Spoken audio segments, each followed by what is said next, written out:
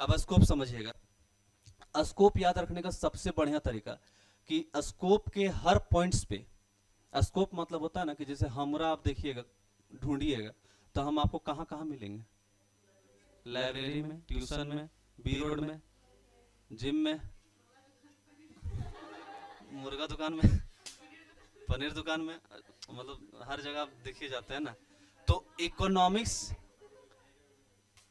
ये जो macro economics है वो आपको कहाँ कहाँ मिलेगा? तो याद करने का सिर्फ एक वर्ड में याद रखिएगा कि मैक्रो इकोनॉमिक्स में आप देखोगे कि हर जगह स्टार्टिंग जो इसका वर्ड हुआ है थ्योरी से हुआ है।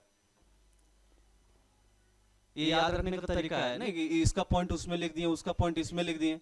तो इसका याद रखने का तरीका आप समझ जाइएगा कि हर वर्ड में आपको थ्योरी मिलेगा। Theory theory theory theory theory theory, ठीक है। ये स्कोप याद रखने का तरीका है हमारे पास। तो पहला क्या बोला? इनकम एंड एम्प्लॉयमेंट थ्योरी, ये भी हम पढ़ चुके थे कि इनकम के बारे में कौन बताएगा? मैक्रो। एम्प्लॉयमेंट के बारे में कौन बताएगा? मैक्रो। हम कमाए पैसा तो इनकम हमारा हो गया, और किसी को रोजगार दिए तो रोजगार हो गया। और ये दोनों चीज हमारा किस में पढ़ा जाता है? सिर्फ और सिर्फ मैक्रो इकोनॉमिक्स में। याद हुआ? थ्योरी ऑफ जीपीएल अभी हम बताएं।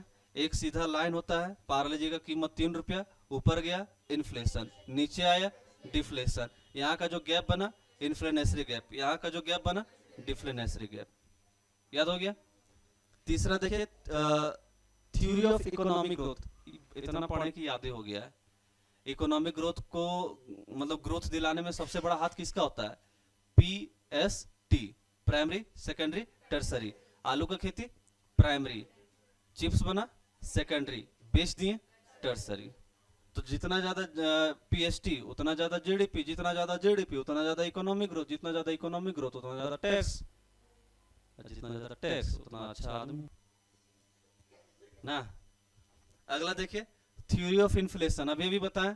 जनरल प्राइस समझ गए। थ्योरी ऑफ कंजम्पशन, हम बोले ना इतना